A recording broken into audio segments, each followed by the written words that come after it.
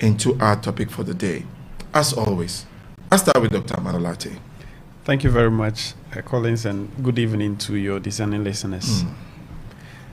Well, permit me to also congratulate my brother for this feat that he has shown in his academic life. In fact, but for the cameras, would have organized a good pundit for him here. Exactly. Yes. And in fact, his work, well, he will talk about local government issues, but it is situated right in local government issues. And, well, the other credentials, I leave it to him. Well, super delegates. They went to the polls, yes, and we followed, we monitored what happened. Some few unfortunate incidents took place where allegedly some people were manhandled by others of the same MPP family, which I think is very unfortunate that in our body politic, 2023, we were not expecting these things to be happening.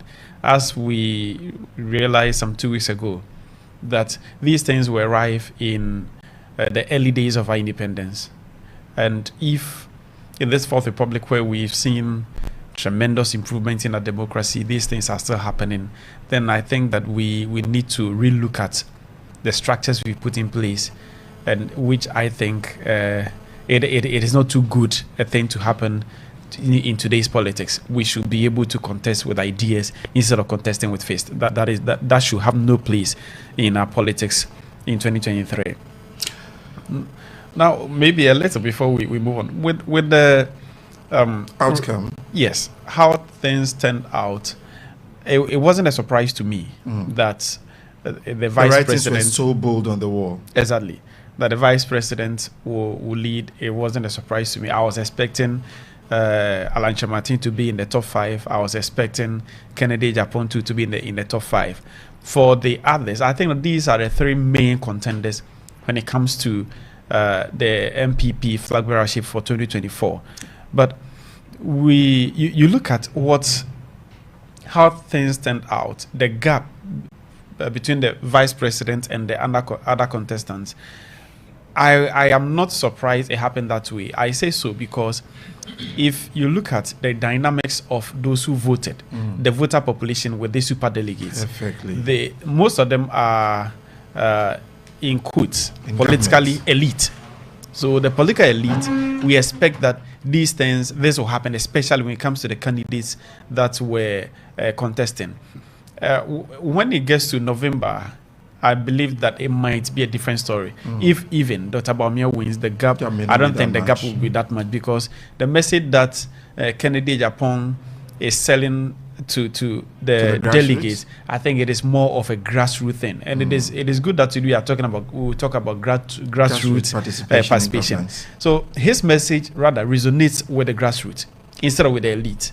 He appears to be an anti-establishment person. He appears to speak a language that is new in our politics, not the gentleman type of politician we are seeing, but we are seeing a politician who will descend into the gutters to make sure that whatever he feels should be said is said.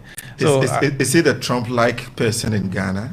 Maybe, if you want to put it that way, yes. He appears to be that way. He can speak to any, even his own party over the years. And it is not that going into the primaries he has shown this character.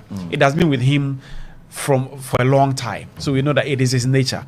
That is how come I think that when it gets to November, things might, if even the vice president wins, the gap will not be as much as we saw last Saturday. Well, I'm sure that is just our opening statement, and we'll be taking a deep dive. I know my good brother, Dr. Abankwaya Japan, will not want to talk about those ones, unless you want to make a quick comment. No, I just want to make good evening. Yes. And thanks for having me back. Wow. And welcoming myself back. Because it's been a while since we started this program. But as you said, just quick dive into what happened over the weekend.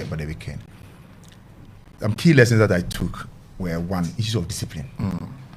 I think prior to the super delegates or or the executive conference, whatever they call it, the pruning down. For super delegates. Super delegates, the pruning down. I think it's a lesson that they took from what happened in 2007 when they had 17 aspirants.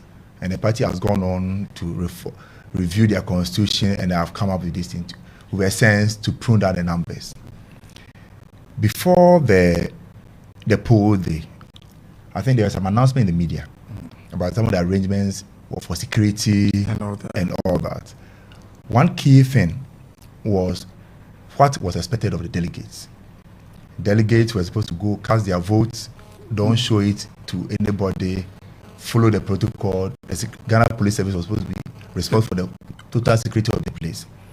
The media were not supposed to be at the polling station by the close to the ballot box. They were supposed to be at the designated areas. These were some of the announcements. It had generated some discussion, but that was the announcement of the party. And I see that the party, even though it's a public institution, they also have the right to have internal arrangement. There were some broadcasts of they say they are doing this, and those things generate issues of tension and what have you. And I hope we will avoid that. I'm saying this because normally my worry is for the national election, not the party elections. But these are sort of dress rehearsals for if we can't control ourselves during the party elections, the national election, I fear what to happen.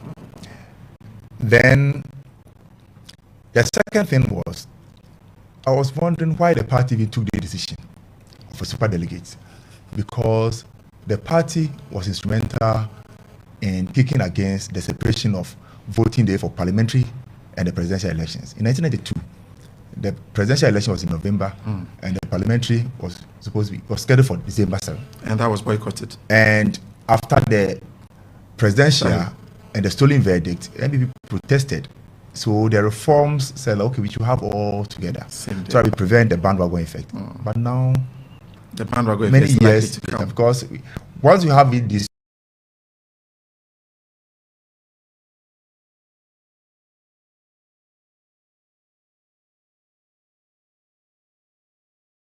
way, people seem to believe that our election will surprise if it doesn't go same way. But the outcome of the election, my only surprise was the votes that Dr. Preku got. Zero.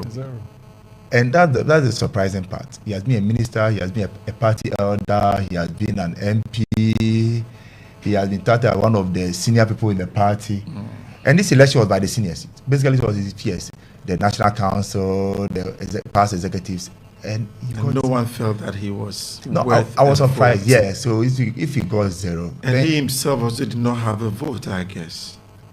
Well, I don't know the details, but then I was surprised with what he got, the zero, because he also contested 2007, and he got even some, I think one or some this thing. So that it tells you that the party is not following sort of a tradition. So the good news for the young ones is that anybody who comes in with a good strategy and works hard can get a good place and maybe become the flag bearer one day. Are you talking of a conventional strategy or a non-conventional strategy? Strategy is a strategy. I'm not particular about whether it's conventional or non-conventional. The outcome, sometimes with strategy, the outcome that we are looking at. So, but the NPP seems to talk about tradition. But this I saw tradition tune. Well, maybe that's the tradition. Maybe the tradition is that when you come 2 times or the third time, you should get it. Yeah. But for the party to organize these super delegates and then move on to now have to come to the public and be discussed, that's my worry. I don't like the tension in the political space. Sometimes they created unnecessary tension on that day. I think the numbers were very manageable. They were less than 10,000. They could have managed it nicely. Could this not be avoided if they have nucleated at the one place to have the vote? Well, my saying that they could have even avoided this before the whole super delegates idea. What the essence of vetting? You can use vetting to prune down, because you invited everybody for vetting. Is it the cosmetic that you come, we clear you, and then you go and contest? No, but probably because they don't want people to say that you took me out because you don't like the shape of my nose. So let's have everybody contest. In national elections, we can have 100 people contesting for the presidential. So for the parties, they should be ready to have the numbers contest and at the same time. If you have your message, because I don't know whether they are running away from a particular message, but if you have a message, I don't see the sense of trying to prune down at this stage. Well, that seems to have taken us to almost 30 minutes off. Let's get straight to our business for today. And I'm going to start with you, Dr. Richard Abankwah Ejipon. Pardon me if I use the title for a long time, so people will know that you have changed. They will know that you have also changed. Now you can also put a PhD after your name, and then in the academic community, that is what is mostly revered. The focus is on local governance as a vehicle for citizens' participation in government. Last week, we delved deep into the contributions of the PNDC in setting the tone or basis for the for the grassroots participation in governance. We mentioned of the BDC, the CDRs, and then the likes, how they were supposed to assist per the thinking of may he so rest in peace, Flight Lieutenant Jerry John Rawlings. We are yet to really get into the Fourth Republic proper and start doing our diagnosis. I just wanted to look at the good, the bad, and the ugly. But we want to see how history shaped the Fourth Republic for us. Your take, please. Thank you very much. See, as we said, the period of the PNDC, aside the creation of those organs, also led to the process or the system to create a democratic system. So along the way, they set out the NCD, National Commission for Democracy, chaired by the late DF Annan. Okay. And then they came out. Who became the first Speaker of Parliament? Yeah, who became the first Speaker of Parliament. Perfect. He was a PNDC member. And the NCD went around the nation, collected views, and designed the form of which our democracy should be. Okay. And then aside that, there were technical experts. There was a AWUKU group. They came out with the book that we call the Blue Book, which set us certain parameters. And then it culminated in PNC Law 207 and 208, which set the stage. So 207 said that there should be an assembly system and created the structures, and the 208 showed the electoral area. I'm saying this because basically the Constitution also gave credence to it. In Article 35 of the Constitution, Article 35.5 says that the state shall actively promote the integration of the peoples of Ghana and prohibit discrimination. So it shows that whatever we do, we must find a way of getting the people together, integrated, so that we don't discriminate against anybody. Discrimination can be in the form of be elite and non-elite, the affluent and non-affluent. So we don't have the political class. We should have everybody working together. And then 35.1 said that Ghana shall be a democratic state dedicated to the realization of freedom and justice and according to sovereignty residing in the people. So there was the element of ensuring that the citizens are always at the center. But Article 35, Section 6D says that make democracy a reality by decentralizing the administrative and financial machinery of government to the regions and districts, and by affording all people opportunities to the people, possible opportunities to the people to participate in decision making at every level in national life and government. So with this, we said that now let the people be involved.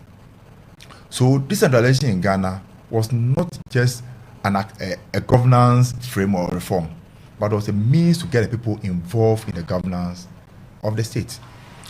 So then it rode on the structures that the PNDC created, and which included the CDLs, the PDCs, and what have you.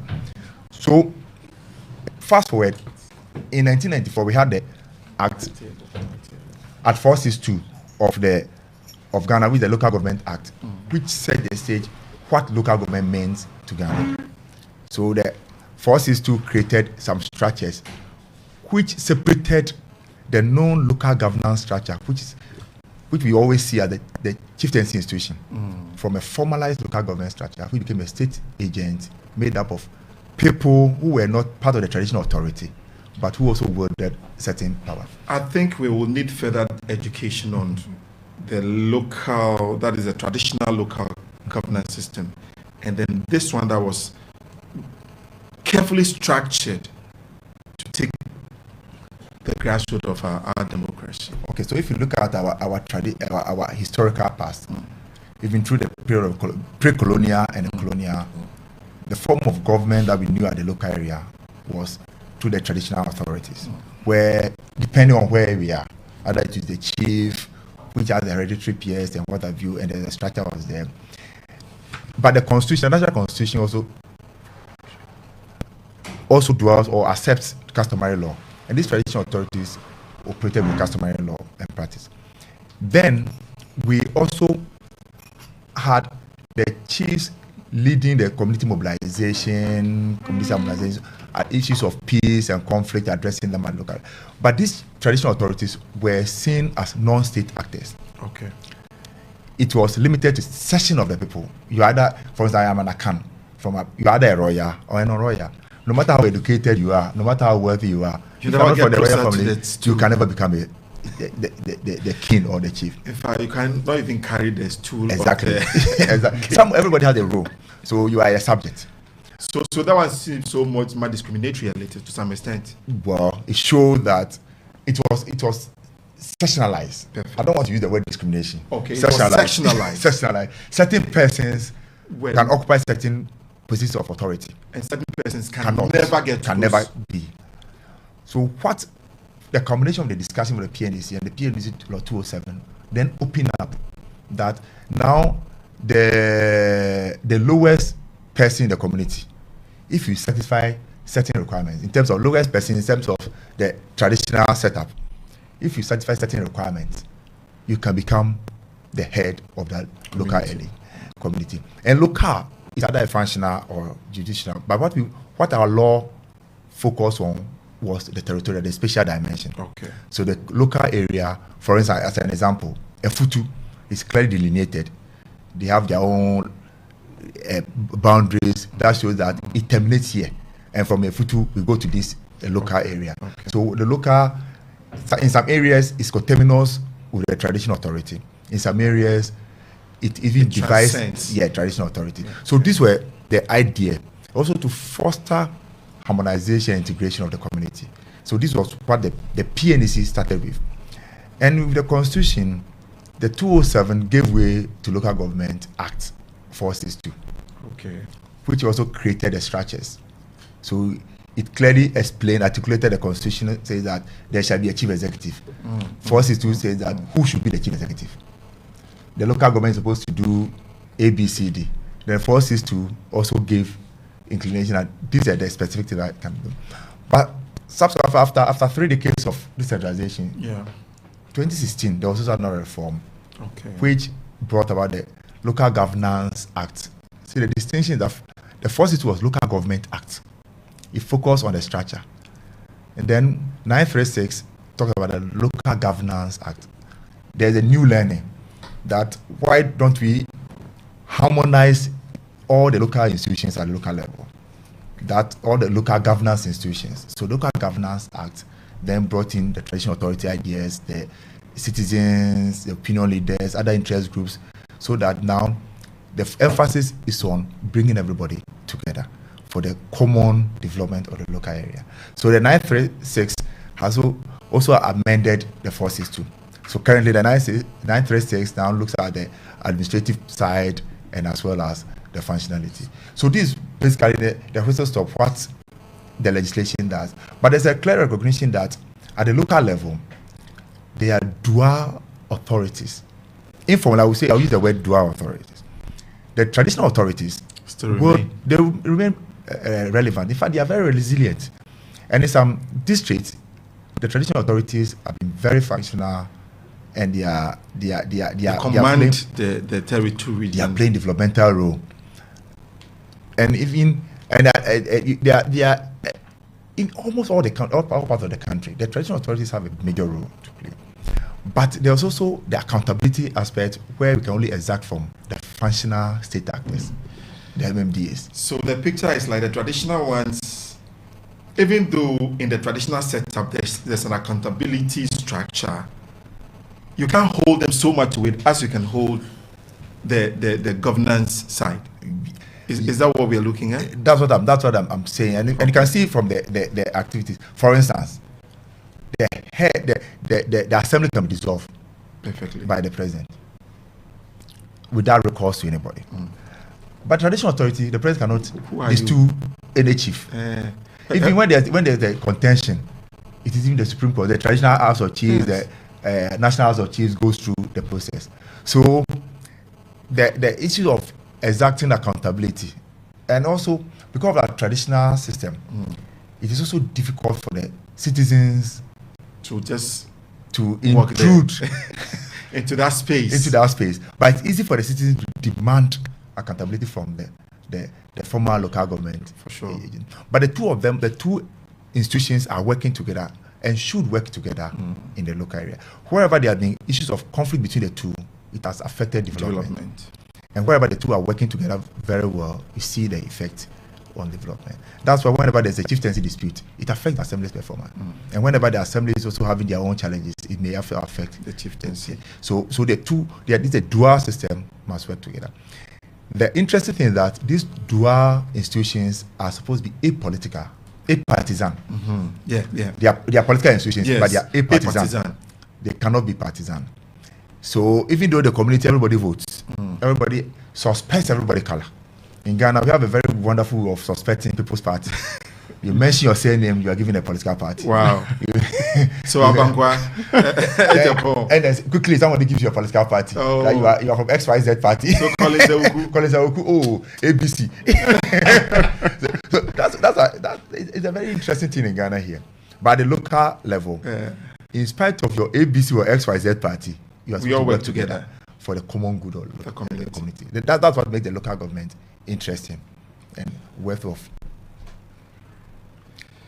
Ladies and gentlemen, you are listening. You can't get this anywhere but on Radio Windy Bay 98.3 FM. We are on the hot spot. Dr. Amanolati, where would you pick it from? The expert has spoken virtually everything. Sure. So if had it not been that we have some 1.5 hours, I would have said I'm going home. Okay.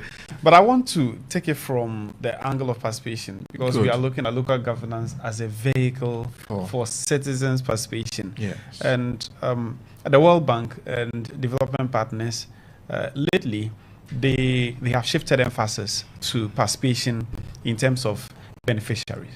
So when we talk about participation, then we are looking at the involvement of people in the decisions, in the activities, in the programs that affect their lives.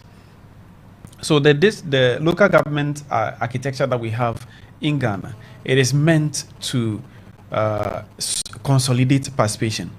From last week, we spoke about the fact that Rawlings comes to power with a PNDC and started chanting power to the people, stressing that power belonged to the individuals at the grassroots. Because I'm sure the Constitution even says that the sovereignty resides in the people or with the people. Exactly.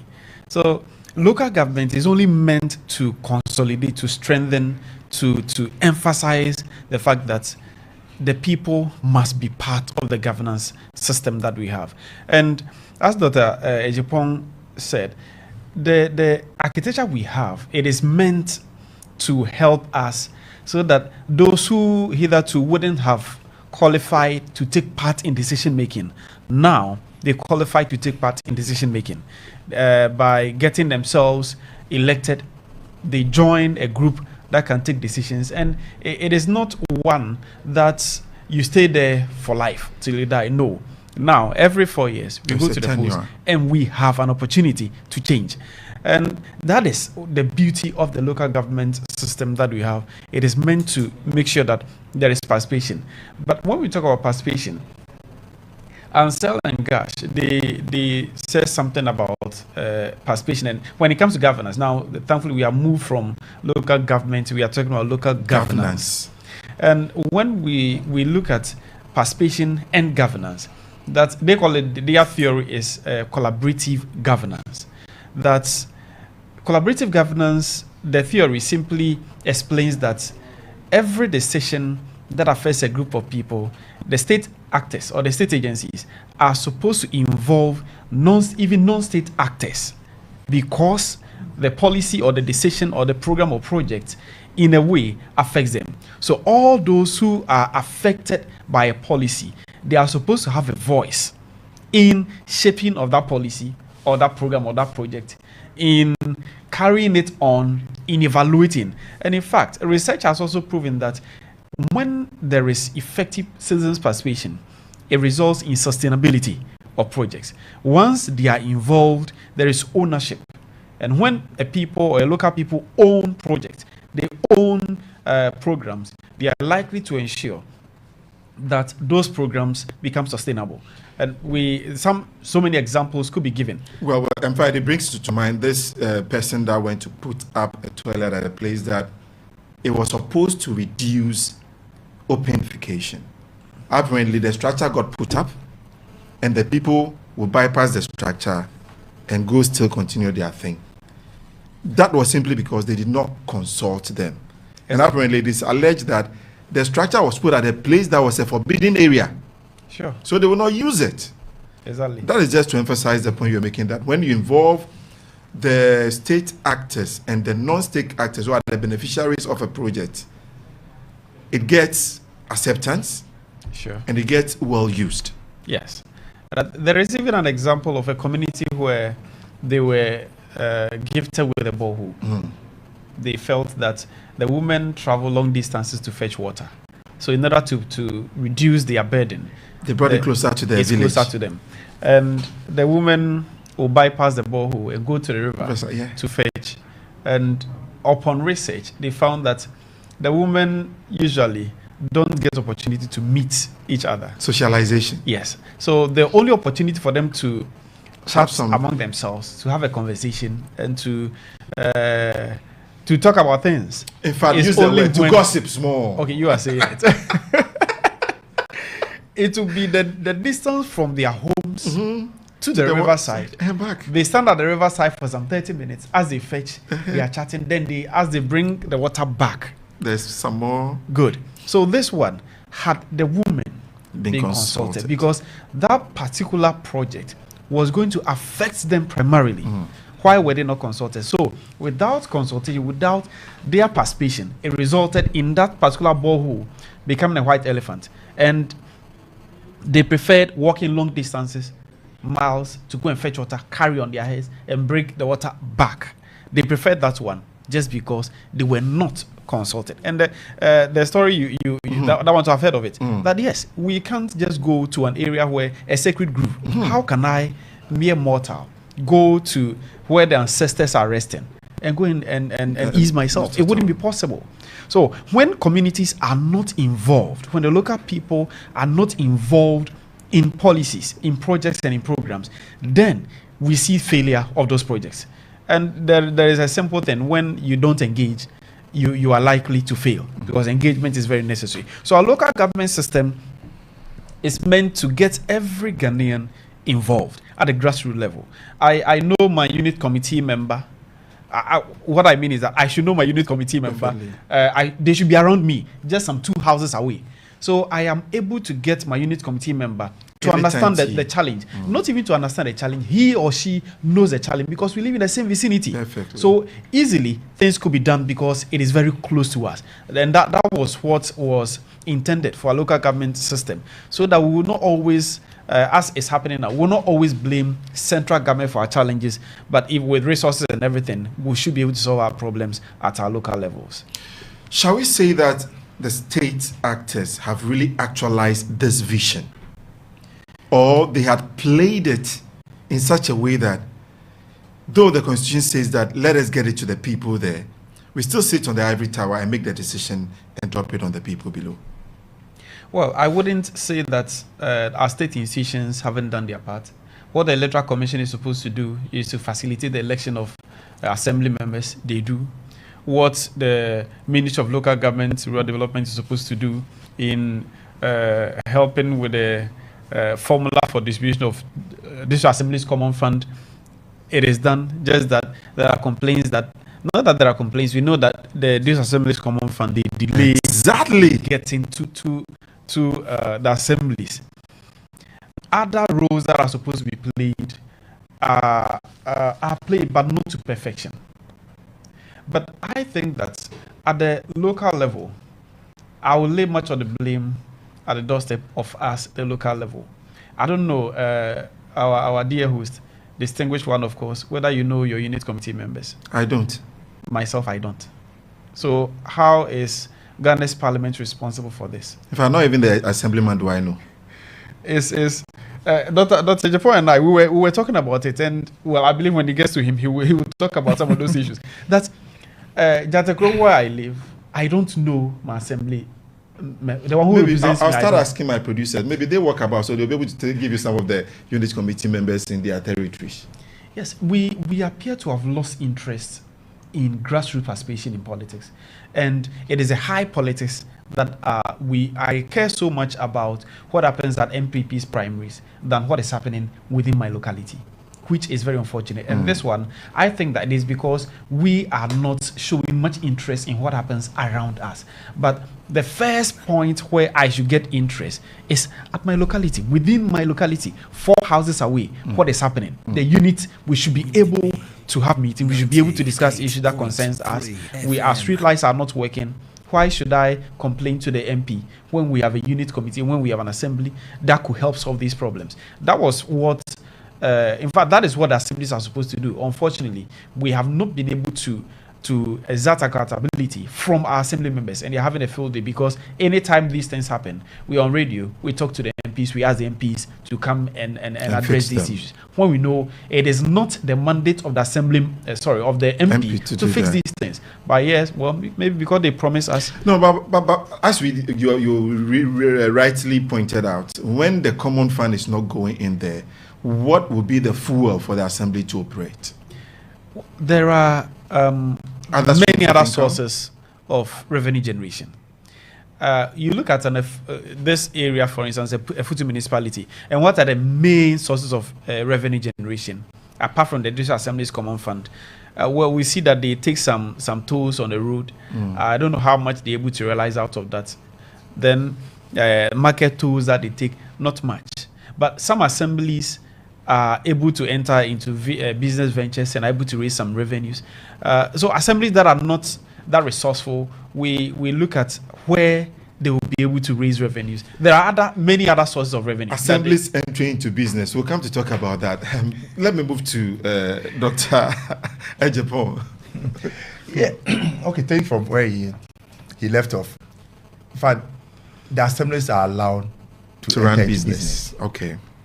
Assembly is a corporate entity. They can be sued and they can sue. Okay. And they are allowed to run business not only within the assembly, the jurisdiction, but even outside the jurisdiction. Wow. So some assemblies have done it. The law also allows them to partner. In fact, there's a PPP Act, National Public-Private Partnership Act. Okay. They can even partner a private entity to run a business. So the assemblies have all sorts, and there are a lot of resources in the assembly. Then it looks like the assemblies around here are not really doing. The challenge that we have is a systemic. I first want to look at the system that we run. Yes. Please, let's educate us on the system. So the system, because Dr. Amano said that sometimes we call the MPs, and we have to call them. No, but legitimately they are always supposed to be making laws for us. Not necessarily. Lobby. Not necessarily. When you look at Chapter 20 of the Constitution, it talks about the composition of the assemblies. Okay, they are part of it.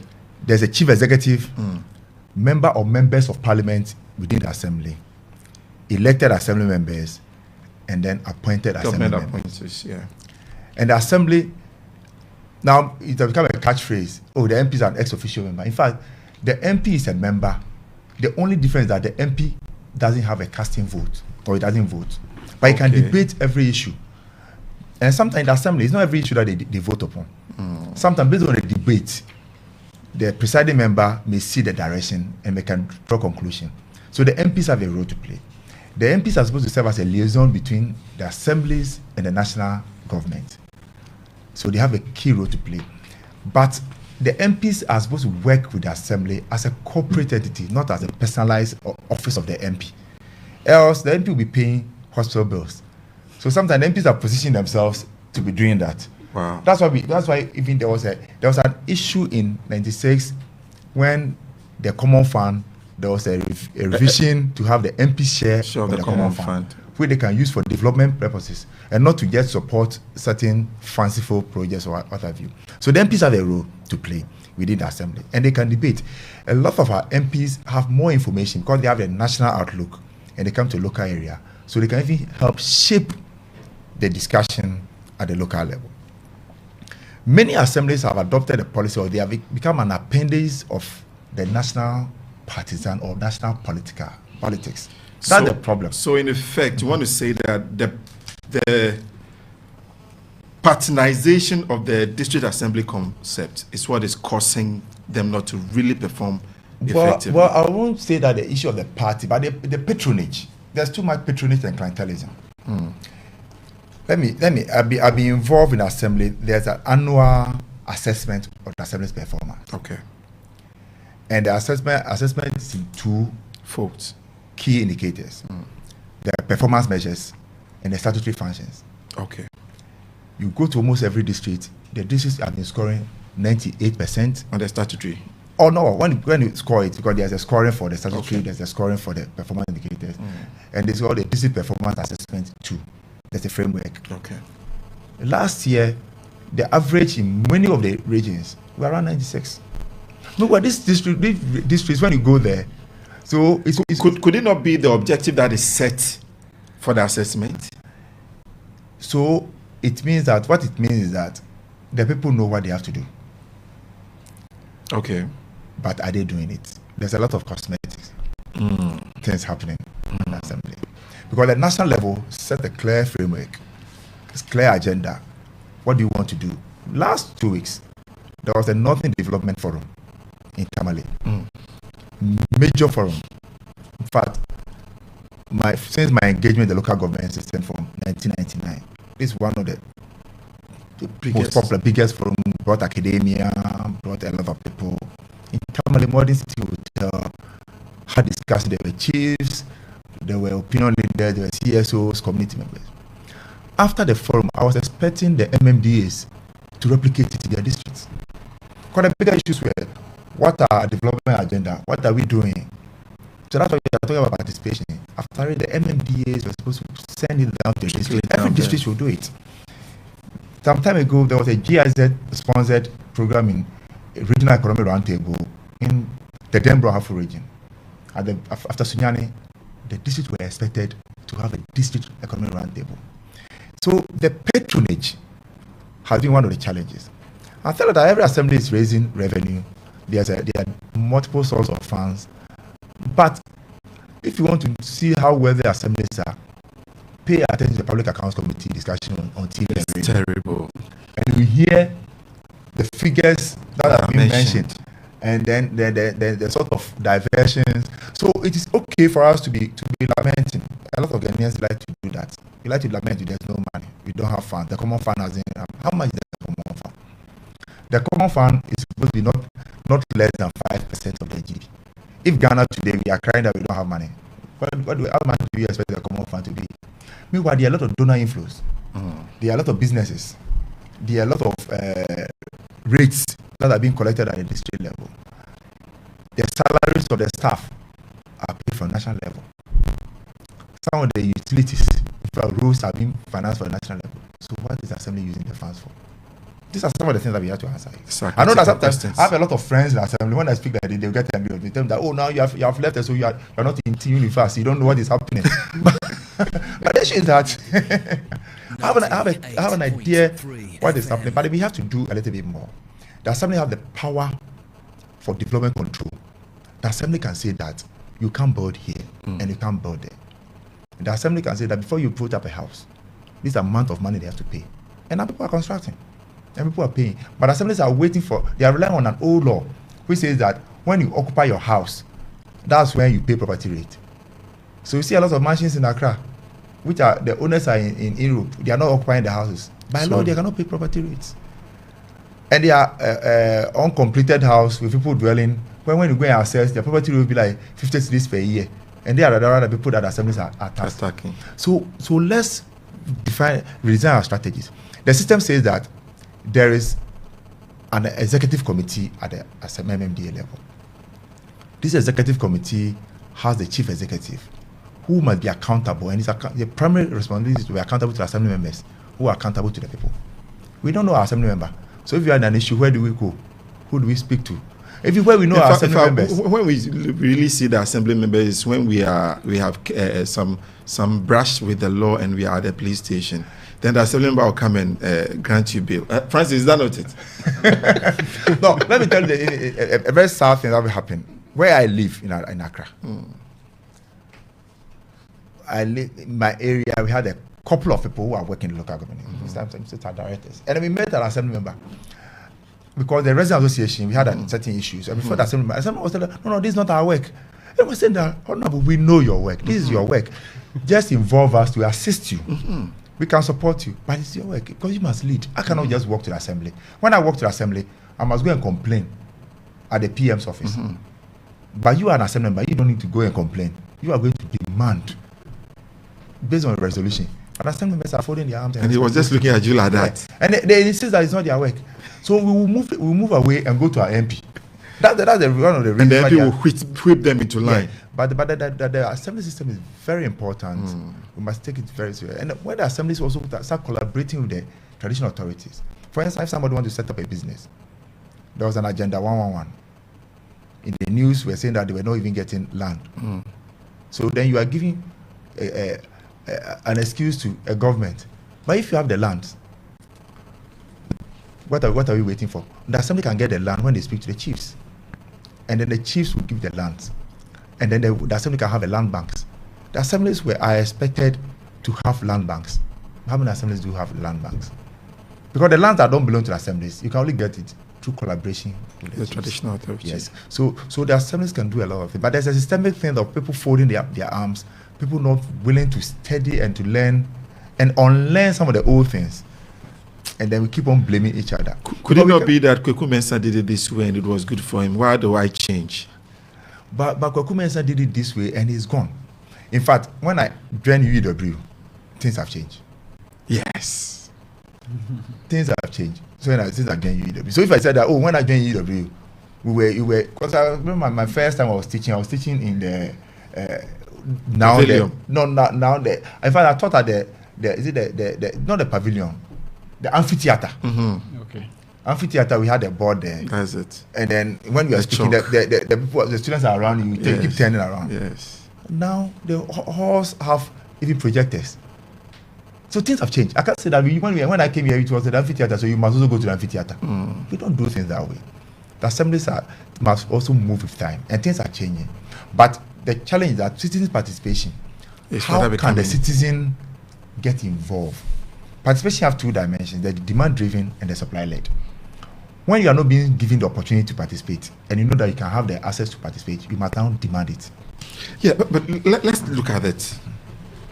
You and I know that the election to the assemblies have been patronized, even though we are not taking the cloth off. But that is what it is. Is that also a factor? Well, we can't discount the political party. In fact, I think Dr. Mano, we had a paper, a book chapter, and I'm of the view that I don't see why we don't have the political parties at the local level. They are all manner of views. I seem to be part of the unpopular stance that let's make it partisan. We lose nothing. The average Ghanaian will not destroy Ghana based on political party. Even when you meet, I had the opportunity to be rapporteur for parliamentary subcommittee, a select committee on local governance. And then this NPP were playing and they were chatting in the evening in Kofodia. They were like friends. And somebody told me that when he went to Legon, Didn't you, when you met your schoolmates, when you meet them today and they are different parties, do you find them? And this is true. Secondary school, we're in boarding house with people in NDC and NPP, and they are together. So if you have a partisan system, what it does is that it also shape up the excitement. Now, this year, we're supposed to have local government election. Nobody's talking about it. Everybody's talking about MPP party election because the parties create excitement. If the same parties were playing out in the assembly system, because whether we like it or not, the chief executive is looking for appointment.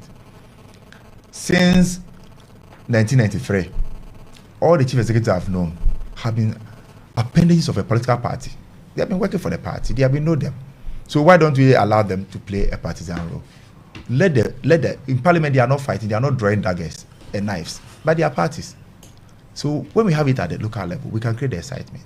So the partisan, to me, is not the problem. The problem is that we seem not to know why we have the local government system, or we have not accepted the system as the way to go. So we are rather comfortable going to a national level instead of solving the issues at local level. Because one of the critical things in our local governance system is the principle of subsidiarity, using local resources to address local challenges. But we are quick to go to a national level, to go and ask the national level. Come and solve the problem for us. That's why we are always crying about the common fund. I wish that in the shortest time, we should have about 60% of GNP coming, the national income coming to as part of the common fund, so that the assemblies will be responsible for constructing the roads, ensuring that the municipal services are provided for, and the national level can therefore take out the big issues of international relations, defense, internal security. I wish that way. It's not about federal or unitary. Sure, I was just going to ask, are you calling for the federal system? No, it's not about federal or unitary. But then we will get assemblies to do more. Now the assemblies are rather just playing the principal, the agency role. The principal is in Accra. Let's do fumigation.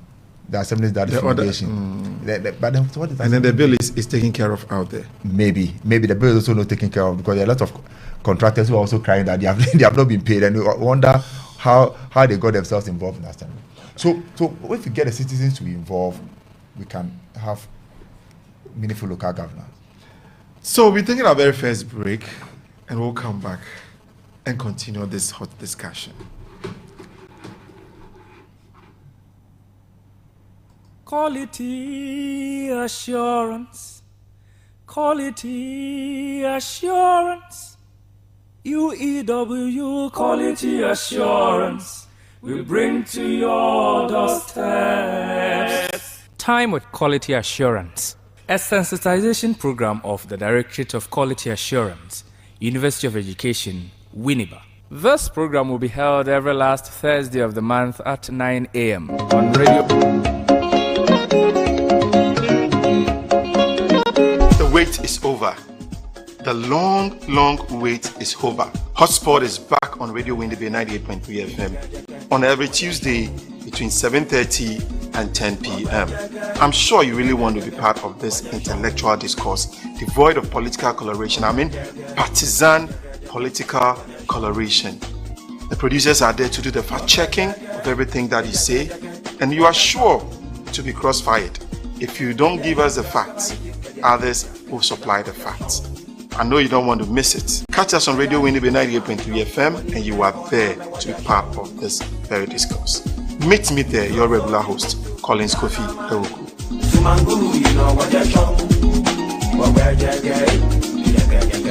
This is Radio Winneba, Winneba 98.3 FM.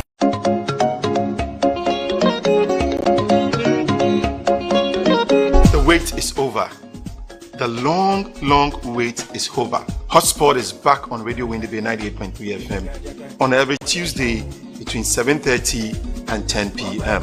I'm sure you really want to be part of this intellectual discourse, devoid of political coloration. I mean, partisan political coloration.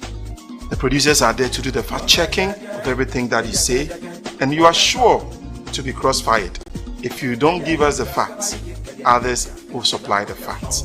I know you don't want to miss it. Catch us on Radio Winneba 98.3 FM, and you are there to be part of this very discourse. Meet me there, your regular host, Collins KOFI AWUKU.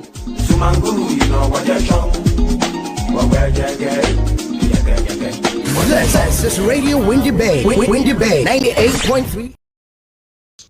It has no boast. It is not proud. Love can be celebrated everywhere, indoor or outdoor. But hey, this time around, let's take it into the airwaves. Wings of Love comes your way this and every Thursday from 10 p.m. to 12 a.m. This is the only show that gives you the opportunity to celebrate love with your dear one on air. That is to say, requesting beautiful love tunes for your loved ones, sending and receiving thoughtful and romantic messages from your loved one, and that resonating love chord that amends all the pieces of the heart that are broken. Wings of Love comes your way this and every Thursday between the hours of 10 p.m. to 12 a.m. on the only frequency 98.3 FM.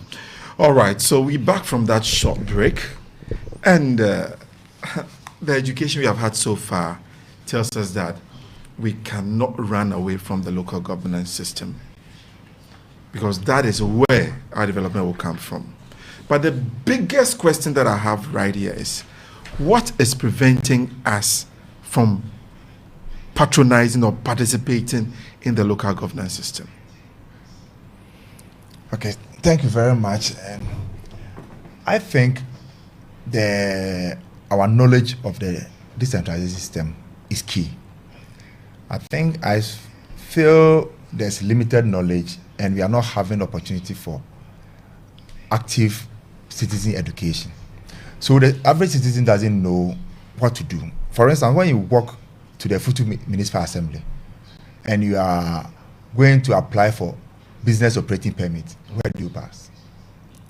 If you have an issue, there's a tree has fallen into or there's an effluent being discharged into your drains, and you want to report, who do you report to? So first, we need to understand the system. We know that the assembly has two key committees. Assembly runs on the committee system, and every electoral area has a representative at the assembly. Some electoral areas are fortunate to have more than one person because there's a room for government appointment. So the government appointees, wherever they are living, they can also assist the elected member. And I don't like talking about appointed and elected because they are all assembly members, but the vehicle of which they get to the assembly differ.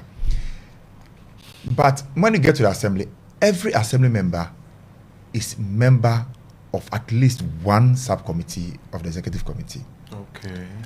And the executive committee is responsible for executing all the policy of the assembly, and this is chaired by the chief executive, either municipal or district chief executive. In the case of a FUTU, it's the municipal chief executive who chairs the executive committee. So normally they use the word execo. And the executive committee have subcommittees. They can have as many subcommittees as they deem fit. But they have 5 mandatory. Okay. So there's a development planning, social services, fiscal planning or the works subcommittee, finance and administration, justice and security. These are the 5 mandatory ones. And then they can have as many as they want.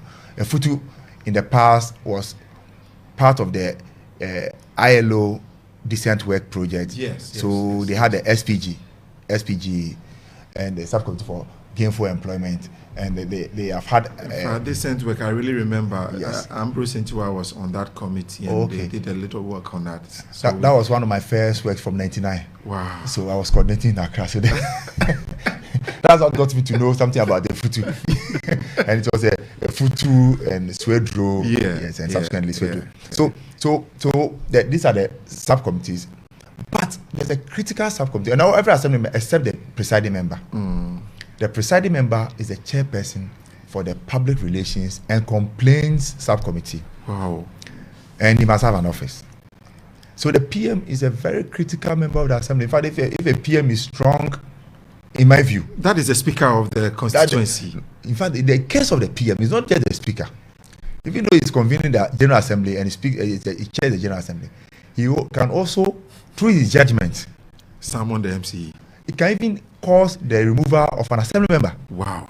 For misconduct. In fact, there's a word misconduct which I'm not a lawyer, but I've never been explained. And whenever I've had opportunity, but when the PM says you are misconducting yourself, you can't explain yourself. He can sanction you for misconduct. It's just like saying that you have in the court, what do we say, Pua? Contempt. Contempt Yes. of court. Yes. So I always said that. So when you are electing your PM, you are empowering somebody who can undo you. Hi. But the PM is the chairperson of the Public Relations and Complaints Subcommittees.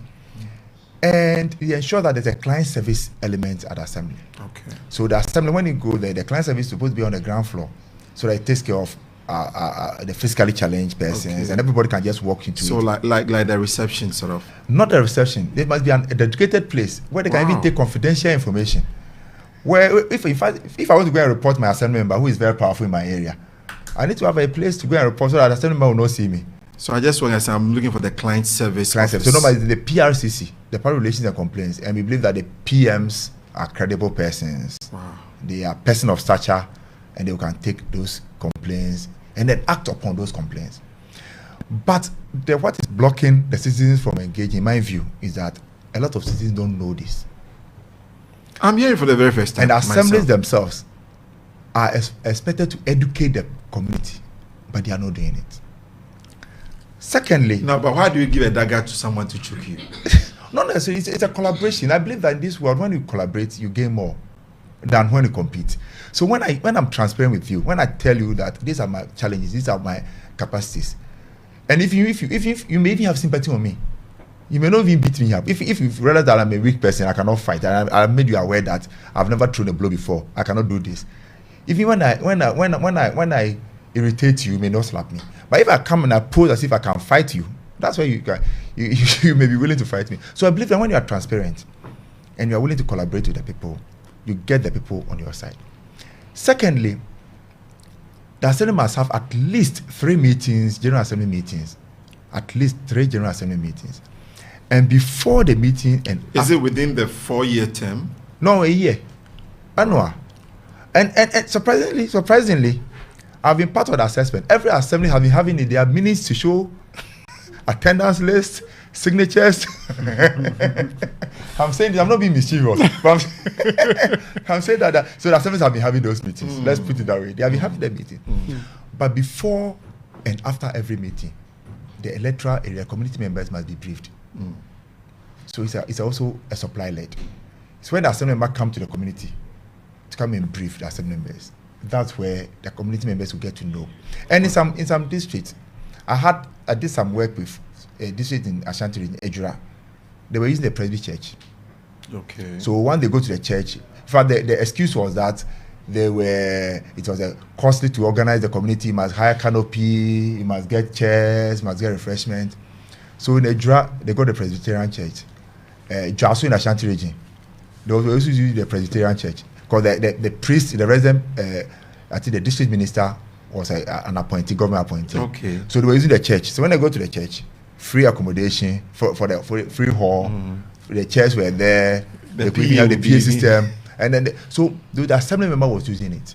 The assembly member in that electoral area. It shows that assembly members can be very innovative, and I believe that if the assembly member approach University of Education and said that we want to use Anamwa for community engagement, or even the field for community engagement, UEW maybe magnanimous in giving even the canopies. So the assembly members are expected to engage the community, but sometimes there's always the general excuse: we don't have the resources. So it's a supply; they must give it. Also, there are the substructures.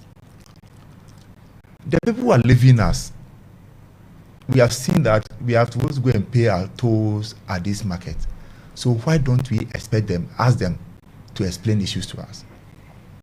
Some communities are doing it, some communities are not doing it. For instance, I was doing some work in Malata, market in Accra. And the women said they don't pay market tolls unless the market is developed. They have light. Basically has light. And assembly went to buy the big halogen bombs. Yes. And they fix started it for feeding. them. Yeah. It was so simple that they used the assembly member and they got it done. So the opportunities are there, but the community doesn't know. And that's where sometimes I fought institutions like the NCC. No, but they also say they shouldn't be faulted because they don't have money to carry out the public education. I started by saying that we don't have the money is an excuse. I deliberately started on that angle that you can engage. It takes one resource person. You can have the resource person. And we can say that University of Education, Winneba, we know you have a very lovely campus. In the South campus, I believe it's a different electoral area. So South, can you give us a space in the South? They may give, university may give maybe the South Assembly Hall for the community to meet. So you don't need to go and hire a venue. Even the Liberation Square is there. The old Liberation Square. I don't think we use it. I think we live to the university. Oh, it's still yeah. So you can even ask the university, you can have access to it for the South. In the Central, I'm sure they can have where the car park is to do community engagement. So you don't. There are churches here. There's a Catholic church around the Central. So I think you can. If you are innovative, you can do it. It doesn't always have to be that we don't have resources. So you bring the resource person. That's the issue, and I'm deliberately avoiding that. On hotspot, we say it as it is. We don't hide the facts. So you see that then it comes to the point that it's an excuse and not a challenge. It's not the problem, it's an excuse. We can have all the excuses. Because if for instance, we went to invigilate since morning and we came here, we could have said that, no, we are tired. Perfect. You don't have to come here. But someone will say that, no, why should I go here? I'm not going to get paid. If you want to do it, you can do it. So I think that's the first level. We should be able to, the state, the local government entities must be supplying.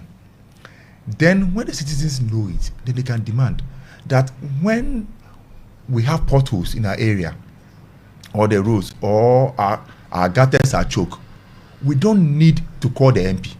Because the Act 462, in fact, the Section 16 talks about that assembly member can initiate communal labor. The Act 936. So the assembly member can initiate communal labor. And initiating communal labor, if the community decides that you need to beat the gong, you quickly have to liaise with the traditional authorities. You get a gong beater to beat. In fact, I'm not urging assembly members to go and buy their own gong in a certain community. You create conflict because the gong beater is a distinguished job. That the person is that is the person's right. Yes. So, but if you liaise, you can get it done. He could beat it for you for free. You can get it done. Or sometimes refreshment. I believe that when you go to the assembly, depending on how you are working, the assembly can get the small jobs for you to do some of this work. So we should move away from the excuses so that we can get it done. So the first part is that we don't know the structure, and there must be steps to educate the citizens of the structure. You see, this education is said, this German education said that, look, if you want to beat the African to knowledge, put it in the book. Is that not it? So it is in the book. No, we are not reading the book, so how would you know it? So let's move away from the book. We want to empower our people, so let's tell them. They are audio books. Now we don't need to read it. We are not reading. There are a lot of books that I read when I'm in my car. Yeah. When I slot it in, I can listen to it. If you are trying for 4 hours, you can listen to audiobooks. So maybe that's where we have to get to. So once the citizens know what they have to do. Secondly, the CSOs, the opinion leaders should also get involved in the assembly system. I think it is so important that we don't have to leave it out for quote unquote, I'm not downgrading anybody, social misfits. It is a very critical element of our society. In fact, if you have a good assembly member, some of the elements like crime, lighting, portals can be organized because they have the power to lobby, they have the power to ensure that it gets into the annual action plan. They have the power to ensure that even if the budget is limited, they can lobby to get things done in the area. So if you have a person with both access and voice taking part in the assembly system, it helps. But access and voice. There are people who have voice. They don't have access. They don't have access. They can argue, they can tell you everything if you send a microphone to them. But it ends there. There are people who can just pick phone. They have access. They can call even the president. And there are people who can speak, who can get to even the president. Those people must also take part in the assembly system. It shouldn't be left to lower level persons being appointed. In fact, the educated one. If you read the PNC Law 207 and the Act 462 and the 936, you realize that the appointed members are supposed to be assets. They are supposed to be assets. Person of stature. In fact, every assembly, if a Futu municipal assembly doesn't have money to pay to retain a lawyer, they can appoint lawyers in the community to become assembly members. I know of a municipal assembly where they appointed through they have 3 chartered accountants appointed, so they assist them in the audit committee. Free. They are happy that they are going to work for the assembly. Of course, everybody who's sitting may get allowance, but it will be cheaper than paying a chartered accountant to come and do your audit for you. So it helped them to prepare for the Auditor General's work. So you are gaining some expertise. If you have a lawyer in the assembly. In fact, I was in the assembly. In fact, STMA, Second Intercredit, and at the General Assembly meeting, I just love it. There were lawyers there, and the argument they were pointing people to the Constitution, the Standing Order, the model bylaws, and it is good. So the appointing authority should move away from, and they don't appoint in vacuum.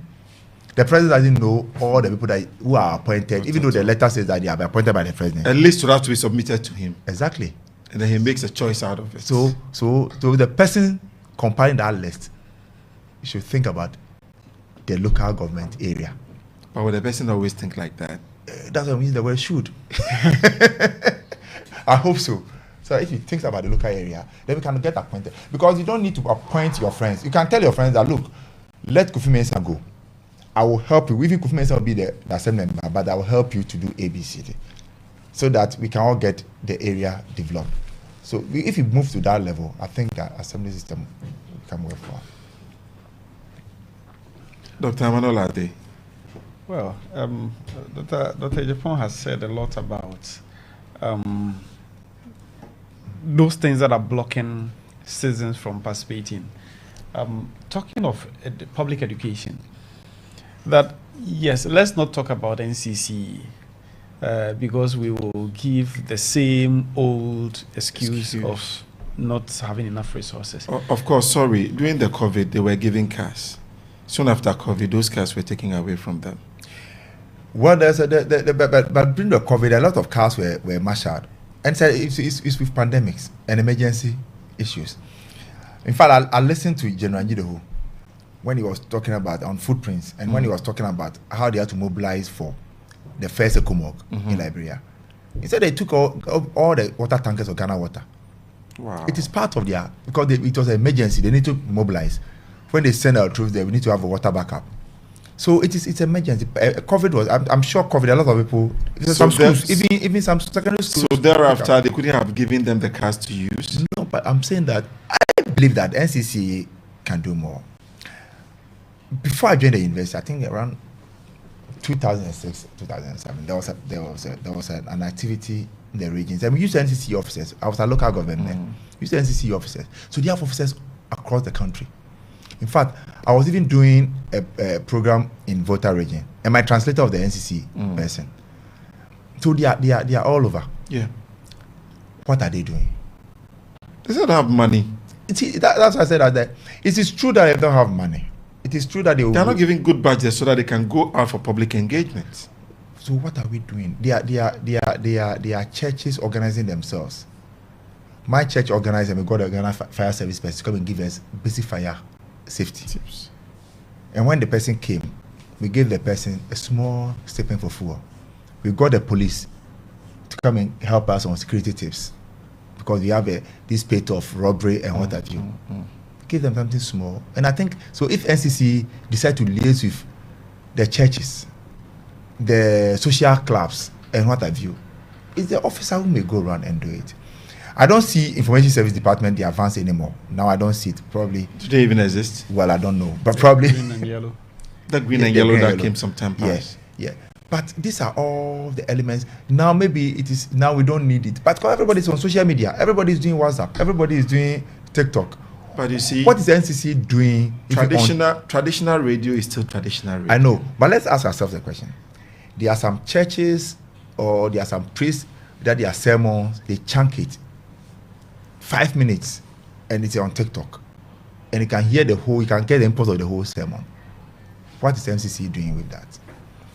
Have they the men that can use those TikTok skills? We acquire skills. In fact, throw money in the remotest part of Ghana, and you see people of higher learning rushing there to go and work. They will never complain. We're going to the remotest part of Ghana. So are we therefore suggesting that the assembly should be conscious and engaging some of those strategies? They should be deliberate. They should be deliberate. It's part of their function. That's why I'm saying that it's both demand-led and supply-led. Our assembly members are first and foremost community members. Have they ever thought of losing the election as an assembly member? If today you are honorable and you lose the election, you are an ordinary person. Maybe your next door neighbor is the one who won it, or the next neighbor campaigned against you because he said that you were not performing. So these are some of the things. well, Dr. Amanolati, sorry we truncated your submission. So please. That's okay. And that is for sports. Yes, I was talking about education. That we complain that we appear not to know what is happening. We are unaware. We don't even know our assembly members that we are supposed to know. Why is that the case? Why don't you have interest in local government issues? Last local government election, do you remember the year? You do the calculation because you know that okay, we have general elections. But the reality. But I do remember that some injunction was placed on it by our honorable MP and the deputy minority leader for the government in power. Majority leader, yes. I remember, and then that was a landmark case he won at the Supreme Court. So education and education, we are not asking them to have to use the vans. If they have the vans that they want to use, information service department, that is excellent. But on Sundays, I live in a Futu, so let's talk of a Futu. On Sundays, I know that there are there are few Presbyterian churches around, Pentecost church around. We have Apostolic and others. Catholic church, I have to mention. So, these churches, do you think that if the assembly rise to my church, the Presbyterian church, the Prince of Peace, we need 10 minutes of your Sunday service, do you think my minister will say no? He will not. Presbyterian church, we have a responsibility. We do those things. We will say no. We will never say no. Sorry. We will not say no to this. The Catholic church will not say no. Anglican will not say no. Pentecost will not say no. So one Sunday, you can reach about 70% of Christians in your community. When you have the men, you spread them around. It will take just taxi fare to the churches around. Some walking distance. This one, you don't need huge budget to do this. Dr. Japon talks about using resources. See, we have a university that has, some few things that they could willingly lend to the assembly without asking for money. Why is assembly not exploiting this? There are lawyers within this municipality. Are they being used effectively? That's the point. Are they being used effectively? You have retired teachers, retired doctors, public health experts. In my church, we have a nurse who is retired. My church, we are using her. But would assembly not, can assembly not employ the service of these people? And all they might need is just a hamper of, let me not advertise for any company, but of fruit juice. Yes, snack. That might be all that retired woman would want. She might not even want to take it. Because she knows what is good for her. If around Boti, Huhunya, where my mother comes from, should they invite me that, okay, they need talk on maybe participation. Why would I say that I'm driving there, so give me money? I will feel proud that I have come home to give a talk. And I'll come back feeling excited. Why are they not using these? In fact, you can document it as community service for yourself. Exactly. But in fact, they should invite me. I need that on my CV.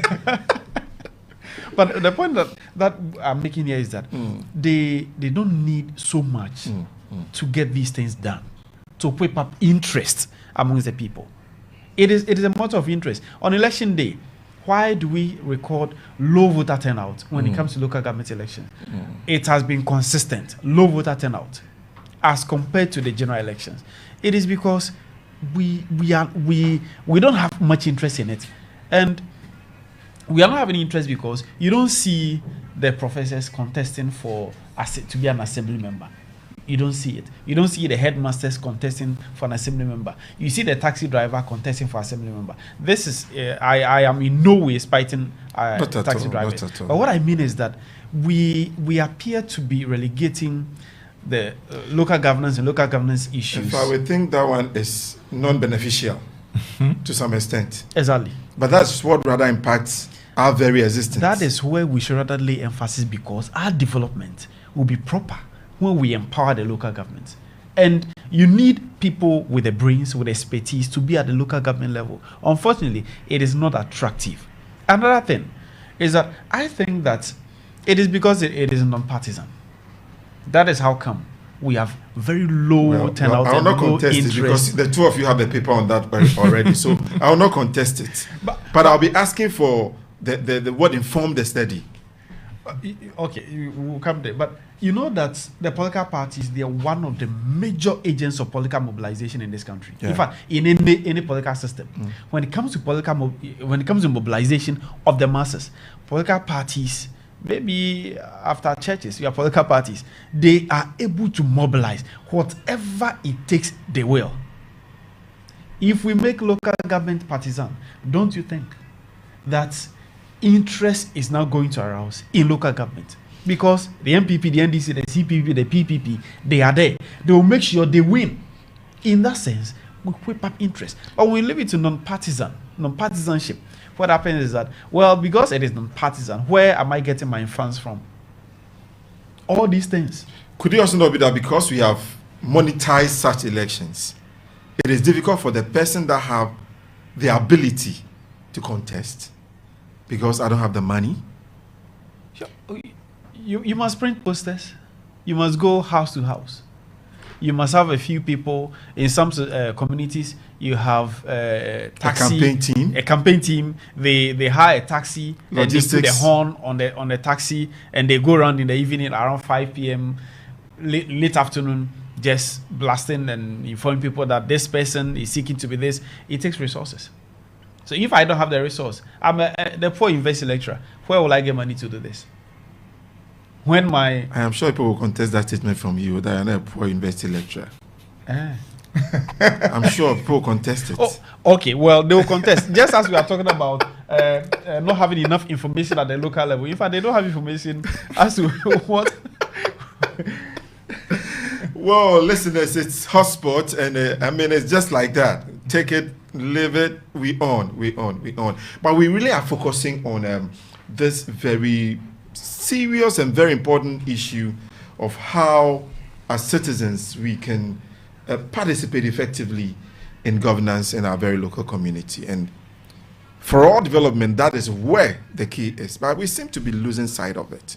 And that is what my panelists are looking at for us. I have in the studios a local government expert, Dr. Richard Abankwah Ejepon, a senior lecturer, Center for African Studies, University of Education, Winneba, and Dr. Amano Latte, political scientist, international relations expert, and the vice president for UTAG UAW chapter. Okay, maybe let me. Currently, I am the secretary. Yeah, I'm the UTAG secretary. Oh, sorry. From 1st of October, then I will be UTAG vice president. So UTAG vice president elect. Okay. But I'll prefer you. I will prefer secretary for now. I hear you. Secretary, UTAG, and vice president elect. You still want it to appear? In fact, I want to situate it appropriately so that people will know who is on the program and what we are having.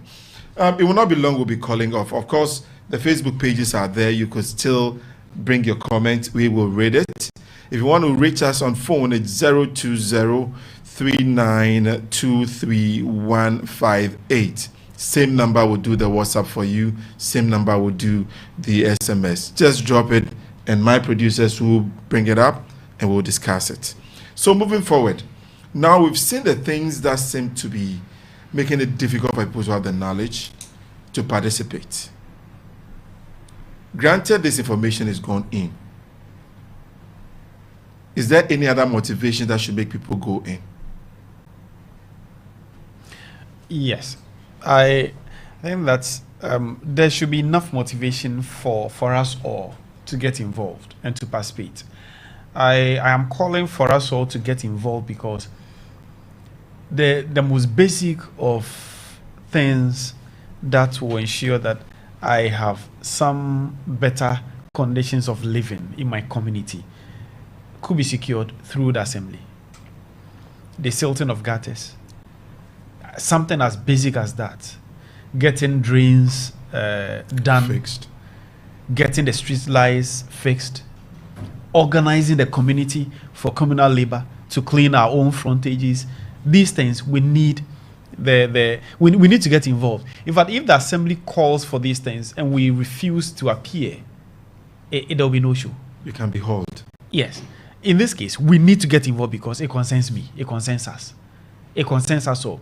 If repeatedly we decide to ignore or we decide not to get involved in local governance issues, not to participate, what you are doing is that it will not be long and our communities will be left unattended to because we all don't care. If I don't have the resource to mount the street light in front of my house, if I don't have the resources to get some boys to help me desal the gutters in front of my house, then it means that we are going to leave those things unattended to, and that is going to affect our health in the long run. So because it concerns us all, it is the closest form of government to us. This is the closest. It is about the person who lives some 2 houses away, who is my assembly member.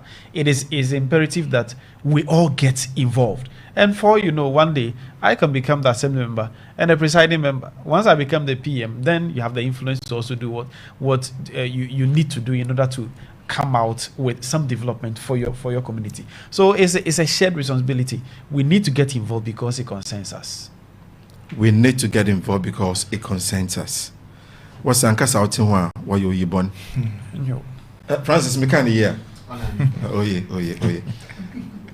Mr. Japan. Yes. One of the things that I will see as a motivator is that it could offer political training. See that I'm sure I'm not going to go to our former president. Wow, he's a wonderful example. Our own MP, Honorable Fenyomake. He was Whoa. okay. I mean, so it offers a political training because everything that happens at the local government unit is a replication of what is happening at the central government level. The General Assembly is like the parliament. So if you are involved, if you have interest in just running to the national level, why don't you start from the local government level? Why don't you start as a community mobilizer so that you mobilize the community and then you get the people involved? One challenge that we have been having is that our own attitude.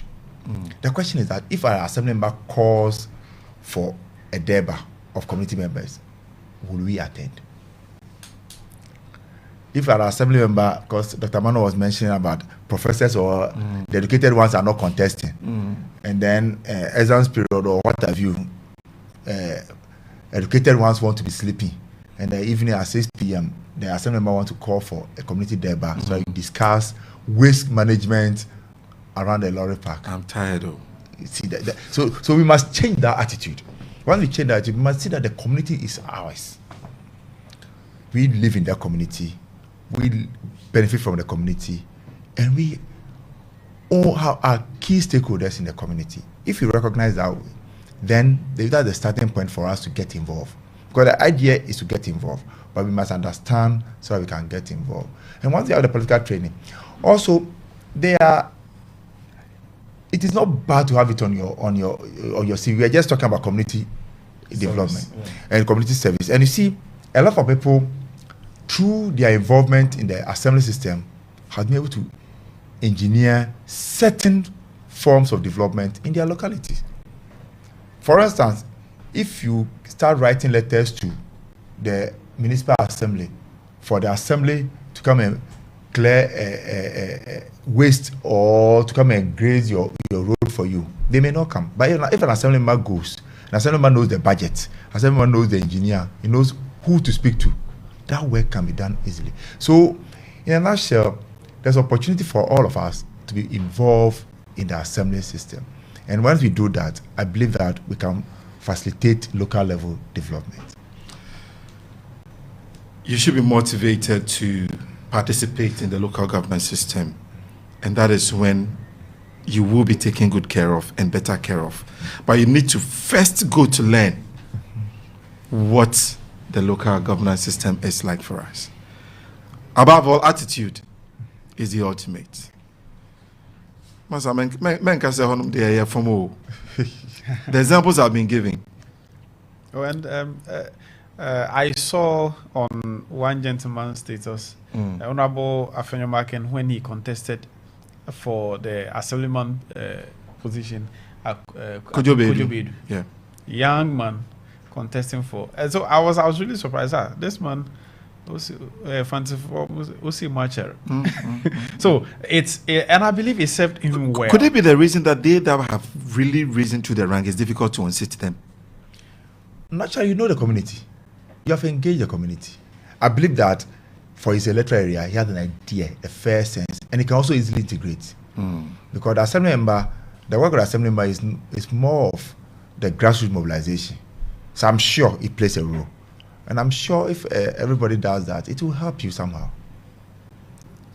But then for politics, it's about strategy. Well, I remember I said, be it conventional or not, yes, the strategy must only give you results. It's the outcome you are looking for. Well, we just about dropping the curtains, and it seems to be a bit early though, but I'm sure we have covered enough grounds when it comes to this local governance system. And I'm sure the MCs, the members of the assembly that are really doing the listening will be asking questions. Hey, where is this happening on? It is on Radio Windy Bay. We are saying that you must tell us what we have. Let us know our rights and responsibilities. In fact, that office that I said must be there for the complaint. Mention it again. Francis, we are going to go there. We'll start complaining about the waste in the system. The Public Relations and Complaints Committee. Public Relations and Complaints Committee. F2 Municipal. I'm coming there. And I'm sure they even have a client service unit at the F2 Municipal. Perfect. F2 Municipal is big. It's big. It's one of the old districts. Yes. So I'm sure they have all this. So, but I have also been thinking that Radio Windy Bay, your coverage goes very wide. Do you have a slot for the assembly? Why not? Maybe management of the station. You could think about something that if once a week, maybe on a Saturday afternoon or so, you give the assembly a slot. If 30 minutes, if 1 hour, well, depending on your schedule. So that would be your contribution. In fact, since I joined Radio Windy Bay, they have always had slots. Excellent.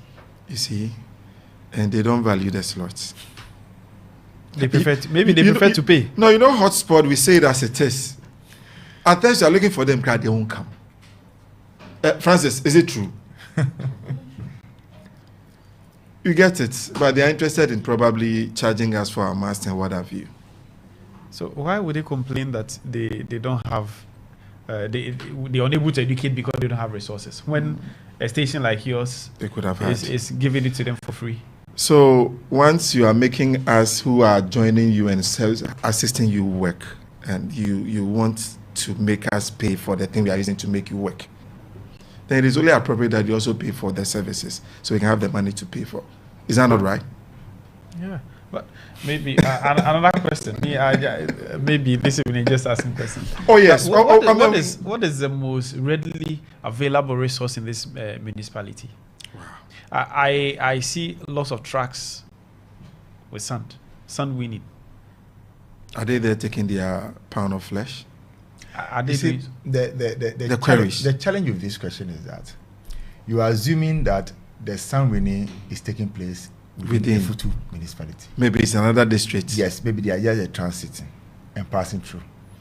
One of the challenges, because one of the issues is that the district can have a joint development unit, but there's a food movement. A lot of districts, in fact, for foodstuffs, the food may be coming from a far off place where it's been tasked already. AWUKU Senya, and it's passing through.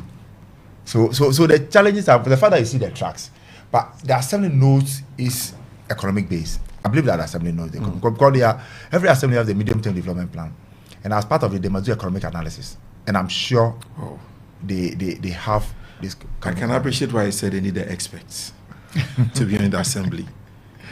So maybe they may know the economic base. And you see the challenging thing that from the looking at the picture from afar is that you may assume certain things. And they may also assume. But one of the things I wish, I don't know, maybe they are doing it, I wish a few municipalities is doing it, that their relationship with UW. They must see UW as an asset. Because UW gives the market. At one point in time, until we finish the exams, we have over 10,000 students congregating here. They are eating from here. They are renting accommodation. They are using the vehicles here. So it's an asset. I don't know the extent of the collaboration. In fact, they always say that once the students are out, business, I mean, people, even some taxi drivers park their but you see, UW has some unique quality. When the students go, sandwich students are coming. So numbers drop though. So even though numbers drop, but we have so I don't know the relationship that we have. If we develop that relationship very well, it can become an asset for us. But then the assembly must have its own strategy. One of the things about the assembly is that they must also be open and transparent. In fact, the assemblies are expected to even display their financial statement on the notice board. Wow. For anybody to go and even take a picture and go and circulate. So we must know their financial base. We must know what they are spending the money on. It is one of the things that the assemblies must do. And I believe that they are doing it. The Act 480, the Development Planning Systems Act, also requires the assembly to share with the community what the annual action plans are. Every year, the assembly must state that if all things being equal, we'll do A, B, C, D, E. And so then that we can hold them back. Exactly. And then also there's a composite budget. They must also share with us the expected inflows, both the GOG, from the assembly's own resource, from external partners or what have you. And the mid-year reports and what have you that they would have to bring up. And the assemblies also have annual progress report. They have quarterly progress reports. Wow. And all these things are available. But the assembly must also make it available to disseminate it. The composite ones are on with the NDPC. But the assembly must disseminate that this is one. So from all I'm gathering from what you're giving us, this effective local governance system will strive on adequate provision of information. I believe so. And I'm always using the word accountability and transparency.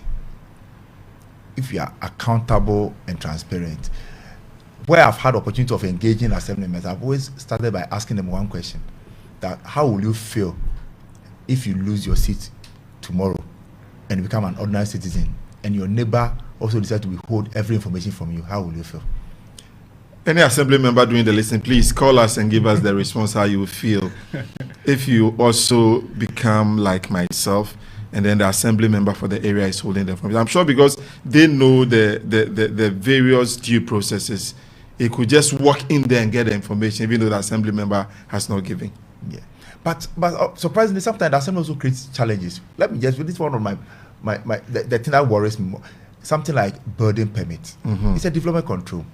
You see a parcel of land, somebody have constructed, somebody has constructed.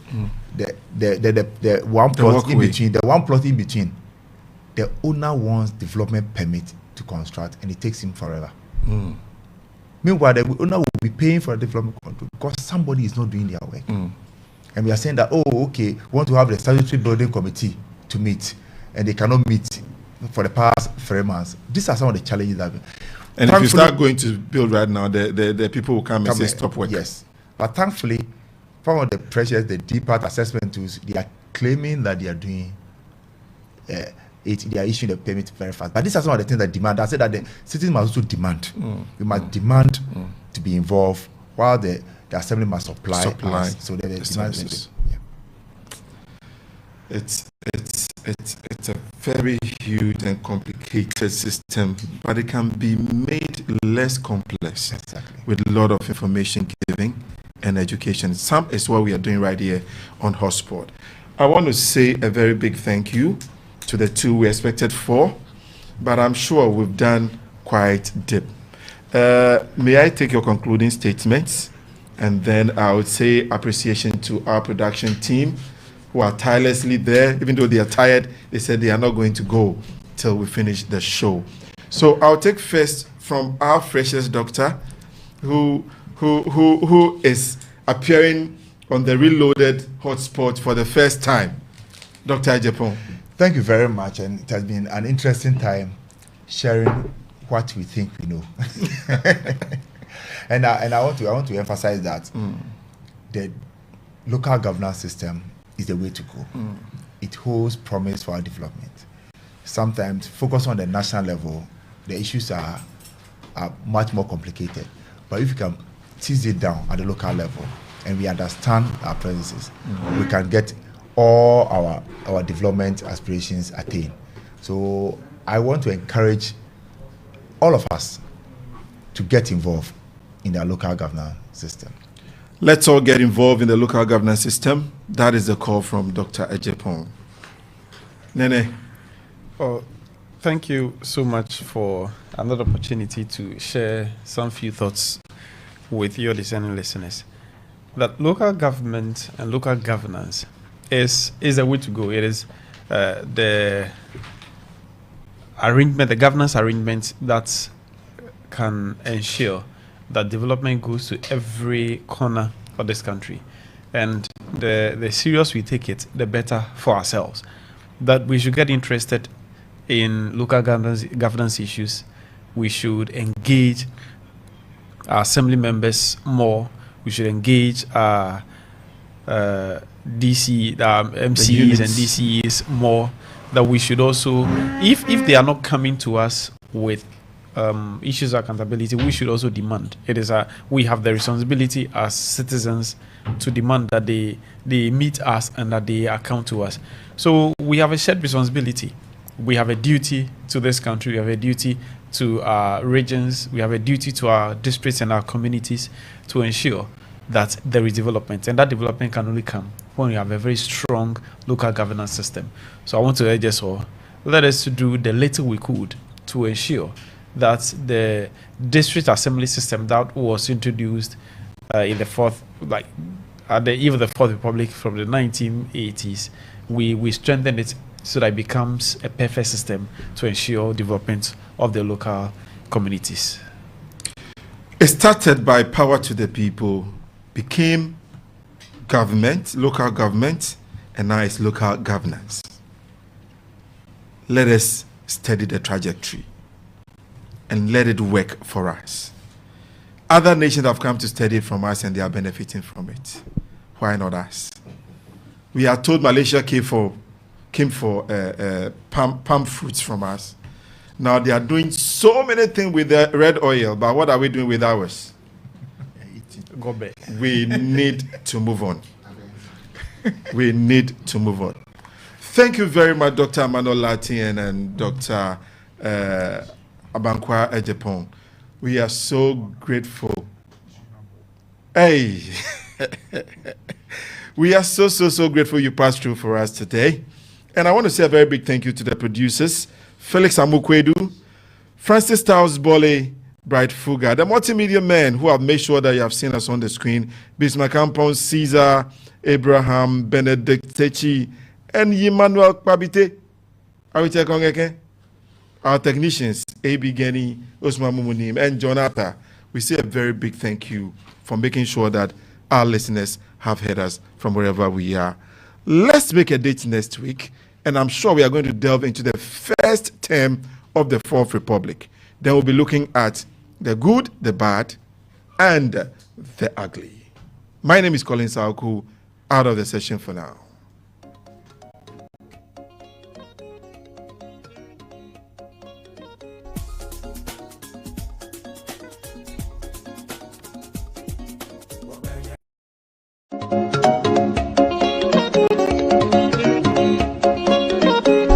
Is over. The long wait is over. Hotspot is back on Radio Windy Bay 98.3 FM on every Tuesday between 7:30 and 10 p.m. I'm sure you